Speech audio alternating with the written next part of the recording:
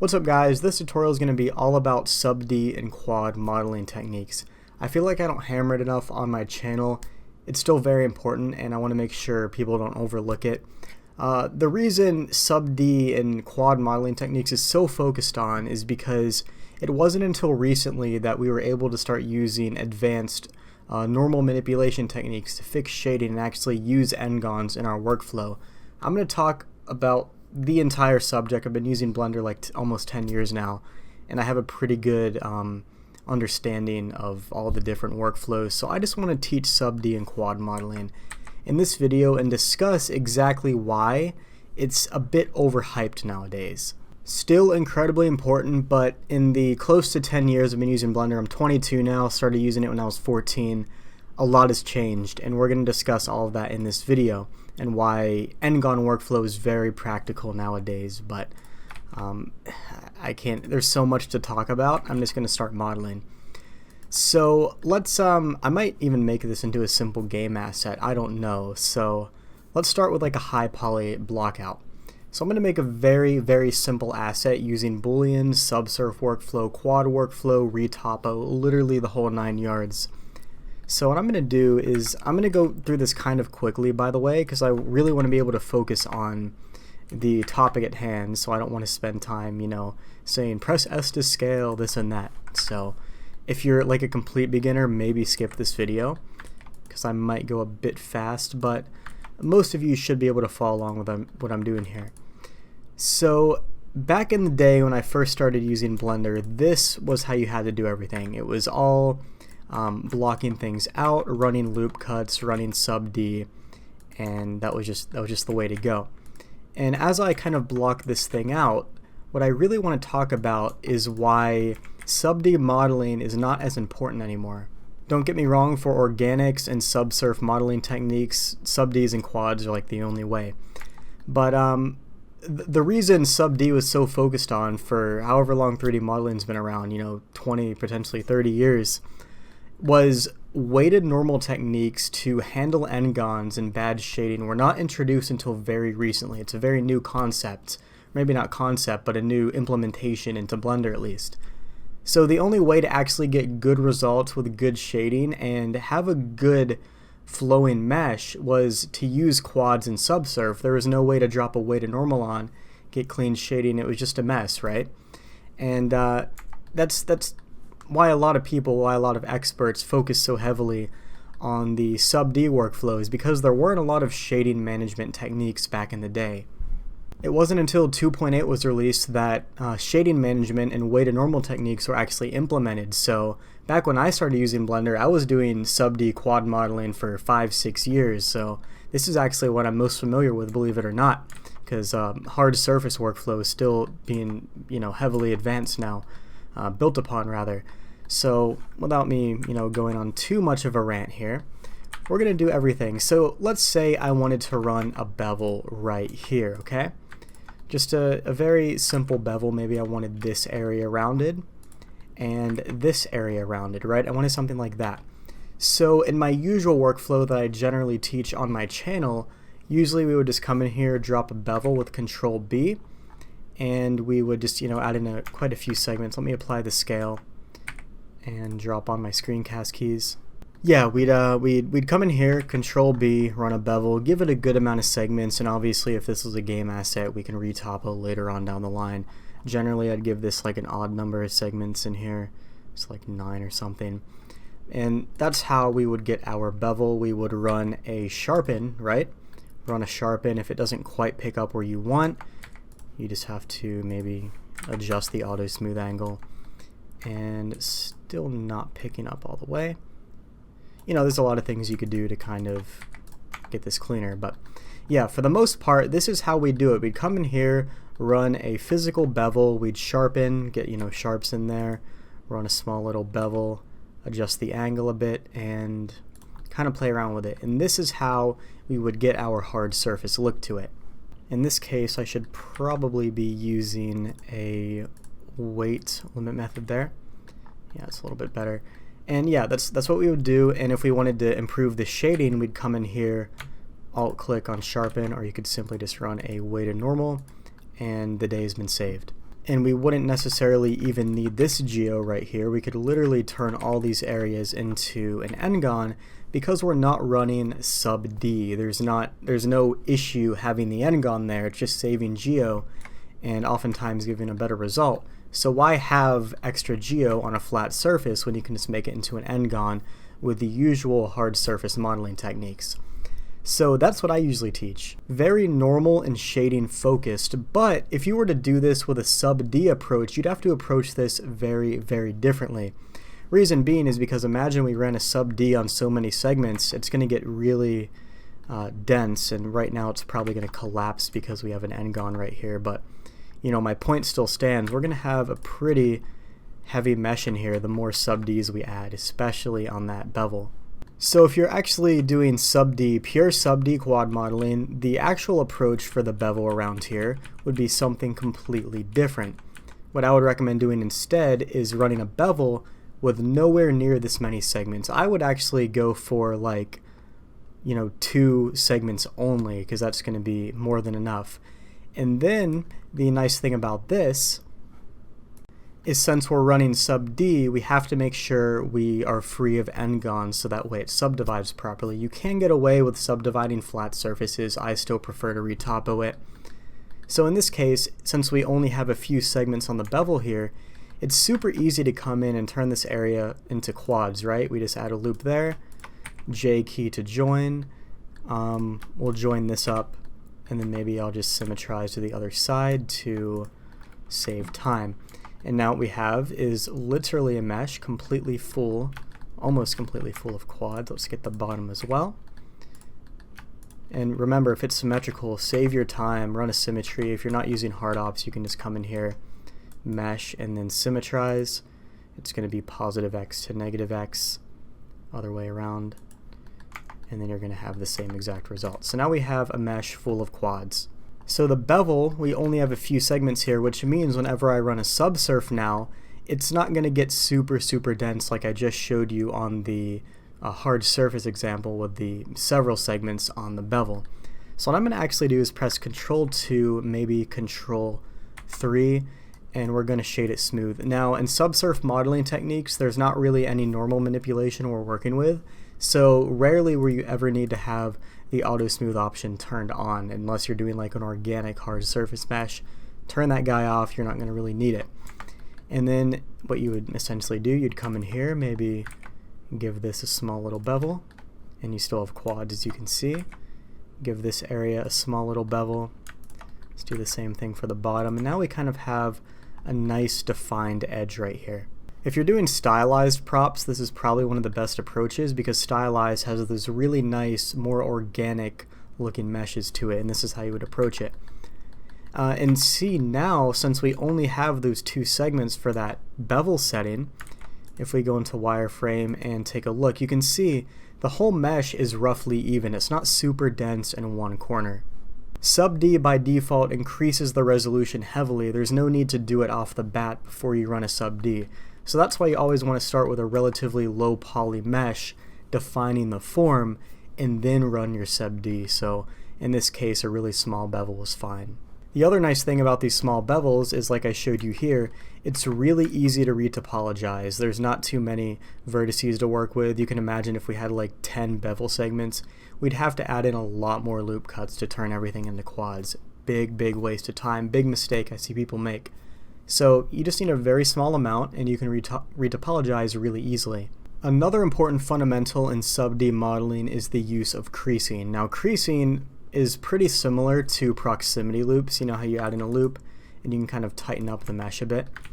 Creases do roughly the same thing, not always with the best results, but you can use creasing to pretty much do the same effect, but without having to increase the mesh density, because creases don't require any extra geo. We would just come in here, for example. Let's say I wanted to crease this area to kind of give a nice definition around the side. What I would do is press Shift E, give it just not too much of a crease. You don't want to go too high to 1. If I use a 1, I'm usually doing my usual hard surface technique, so maybe like, I don't know, 0.5, 0.6. Yeah, 0.6 is fine. And now what we have is a nice defined area on this mesh. It's probably a bit too high actually. Drop that down to like 0.3. Go a bit higher. Now obviously it's always going to be a nice result if you were to just straight up add in a proximity loop. It's going to be super defined in that way. But creases are a nice way to kind of handle topology where it might not be so easy to run a proximity loop. People have all these different like rules for creasing, and some of them apply. Honestly, I run creases where they work. It's as simple as that. If a crease doesn't work in the situation I want it to, if the shading's off, I don't use it. If a crease works over a proximity loop, I run a crease. It's that easy. People like to overcomplicate creases from what I've seen. It's use it when you need it type of thing. So in this case, I don't actually like the result because if I go too high, too much shading warps, you could of course increase this to like control 4, but there's no need to go that high. Maybe if you're baking. In this case, it might be a better idea to simply use no crease and perhaps just run a proximity loop here. That might be a better idea. Kind of all up to you. But now what we have is this really nice sub-D defined hard surface mesh where we're not using any physical bevels, no bevel modifiers, no weighted normals, no NGONs, pure sub-D and quad techniques. Down here, let's drop in a proximity loop to kind of tighten that area up. And you could also try using a crease here. It's probably going to be horrible shading if I were to guess to a certain extent. In these areas especially, I would not recommend using creases. Just sub-D proximity loops is usually a much better solution. So yeah, we have a pretty defined mesh here. Another thing I want to point out, whenever you're running booleans, usually in my hard surface workflow with normal techniques, we don't have to worry about the NGONs present in the mesh. I run a boolean, I run a bevel modifier, I run a weighted normal to solve the shading errors, and I'm good to go. No need to retopologize, no need to use quads. In this case though, if we run a boolean here in the middle, for example, let me actually, we could do flat shading, or I guess it doesn't matter. But let's say, for example, let's turn this off. I want to run like a boolean cut here in the front. Right, we'll just kind of cut this in right there in the middle. And just to make sure this thing is completely even, we'll just symmetrize to the other side. Alright, so we're going to have to run a mirror because it's a live boolean. We'll do that. Okay, and now what we have is a boolean cut here, and obviously we have NGONs all around that boolean cut. Like I said, you're doing my method. You just run a bevel modifier, weighted normal modifier, you're good to go. I'll even show you right here. If I were to remove the sub-D, I could just, drop on my good old bevel, drop on hard normals, and there you go. I don't care about those NGONs there because it's on a flat surface. The shading has mostly been fixed, and you're good to go. So that's how I'd usually do it. But with our sub-D modifier, this is not going to work very well, especially if we had like the boolean up here. It's just going to collapse on itself. See that? Just not going to work. So what do you think we need to do here? I'll give you a guess. We're going to have to retopologize, of course. So in this case, what I think I'm going to do, I'm just going to remove the sub-D for now. We're going to apply this boolean, right? And retopologizing is super easy. When you're doing your boolean cuts on meshes you plan to sub-D, it's important to make sure that your NGON cuts are retopologizable. What I mean by that is in your boolean cuts, don't go crazy, right? Don't like run a ton of bevels right here. Just keep it a hard edge, and that way we have plenty of space to kind of retopologize this thing. I'm kind of going on a spiel here, so let me just show you. So here's our NGONs, right? If we want to turn everything into quads to use sub-D, it's super easy. Let me dissolve that out. And this is going to be not a big deal at all. We'll come in. We're going to join this up into a quad. This area can be joined up into a quad. Let me get rid of that. And it's just kind of a game of playing with your topology, right? Some areas you might need to reroute edge loops and get a different effect.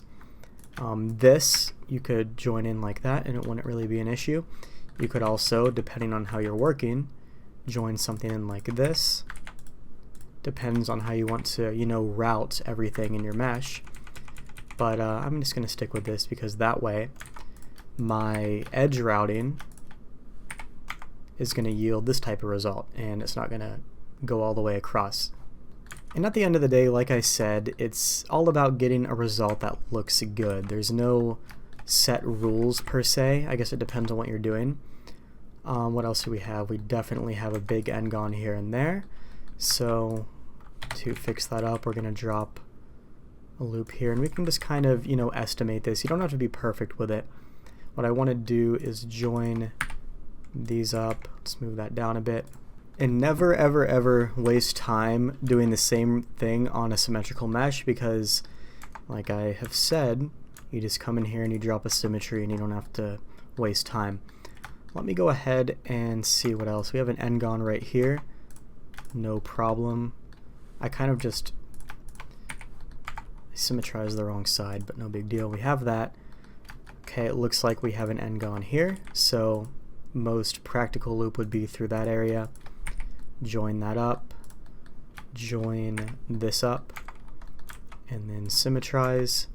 There we go. And the best way to check for NGONs that you might not see off the bat is to go to select and then select all by trait, faces by sides, and you can do greater than 4. And in this case, we don't have any NGONs now. So people like to get scared from booleans and subsurf, and it's not that hard, right? You run the boolean, then you look at the mesh and you think, okay, how can I turn this set of NGONs into a set of quads? Then you use like a combination of loop cuts, the J key, and knife cuts, and you can get quads really easily. It's not that difficult. It just kind of depends on your experience with edge routing, topology management. That's just things that take time. Usually you'll develop an eye over time for where to connect things up. Okay, so now what we have is a pretty basic mesh. We have a boolean cut in the middle. A lot of people would actually try to model this manually straight from quads. There's no need. Do the boolean first, retopologize after. Going to save you so much time. We can come in, drop our subserve, smooth it out. This looks pretty good. We're going to need to, of course, kind of tighten things up. So maybe we'll pull that down.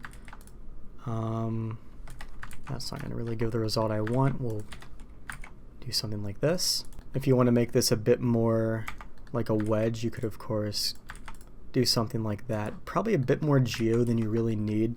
You could also kind of play with the creasing here. So if you want to play the game of creasing, we could come in here and select this area and, play with the creasing. This is what I mean, like when you don't need to use proximity loops, you can usually play with creasing and get pretty decent effects. The only issue is sometimes creasing will get you some shading distortions, and it's kind of up to you how much those actually bother you. And there we go. We do have some pinching here in the corners. Let me go ahead and go into wireframe and take a look. We can also kind of tighten this up a bit, pull that in. And that's kind of why I chose those corner connection points, because otherwise the loop would have been running all the way through here and not actually around. So it's also kind of a matter of playing with topology and getting a result that runs your loops the way you want them to be ran. It's kind of a difficult concept to explain.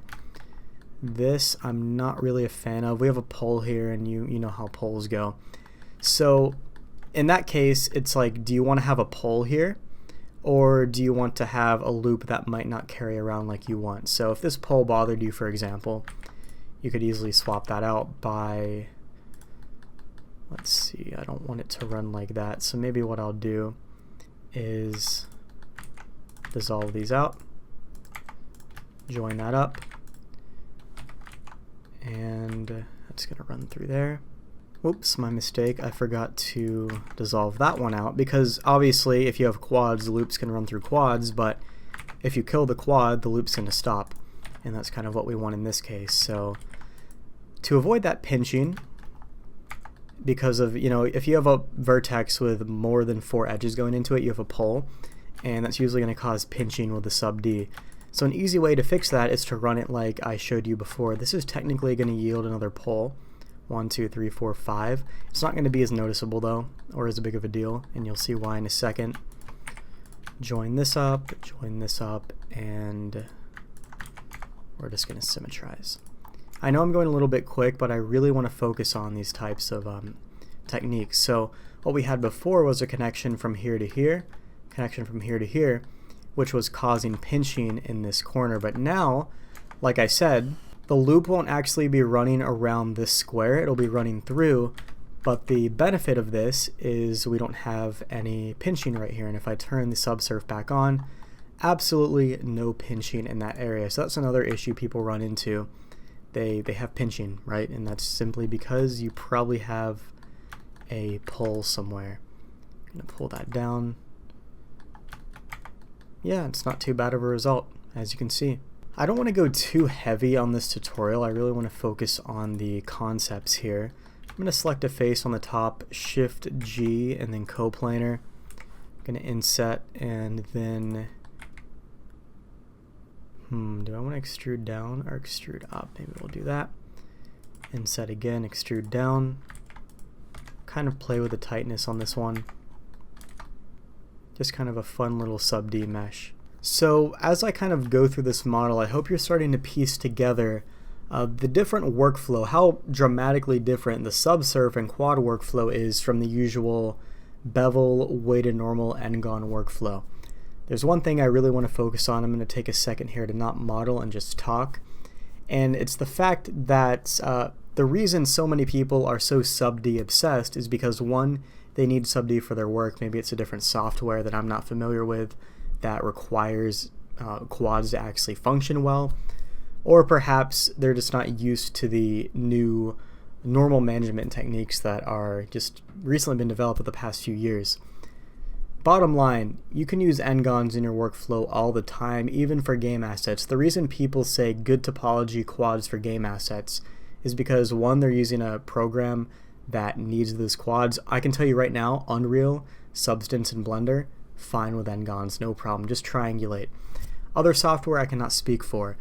But yeah, the reason people are using subsurf and quads so much and really hammering it for game assets, I know a lot of you are interested in game assets, is simply because a lot of the techniques I teach are pretty new techniques and they don't know how to work them properly.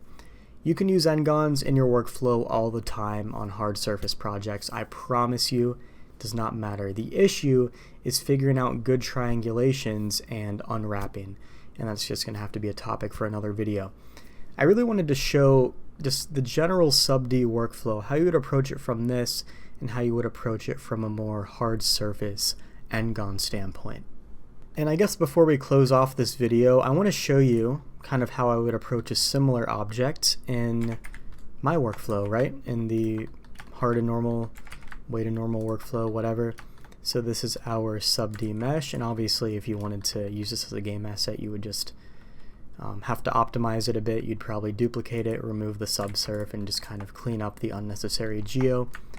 Nothing difficult there. But anyways, back to the workflow I would usually do. So here's just a block out right here, nothing crazy. So if we were running SUBD, obviously these NGONs over here on the side would not fly. We would have to retopologize that, get it into quads so that way it subdivides fine. But in the bevel weighted normal workflow, we don't need that because bevel does not care about NGONs at all. So in this case, we can actually save some geo by turning this into one big NGON, and to get these nice bevels like we have on the subsurf example, what we would do is simply come in here and literally run a bevel with Control B, maybe like 10 segments or so, depends on how clean you want it to be. We'll do that. I don't like the sharps on the ends of the bevel because you can see them. So usually what I do is I come in here, get rid of those. Quite easy actually. And then to get that nice rounded edge effect like we have here on the subsurf example, we would simply use a bevel modifier, which once again, bevel modifiers do not care about NGONs or bad topology, whereas subsurf models do. So in this case, we're just going to drop on our bevel. Looks like the bevel isn't quite reaching this area, so we'll press the A key in hard ops to adjust the angle. All that's doing is changing the angle size to actually catch those edges right there. And it doesn't look like it's quite catching what I want. It ends right here, then it collapses. So instead what I'm going to do is use a limit method set to weight, so that way I can define the sharper edges to be the ones getting beveled.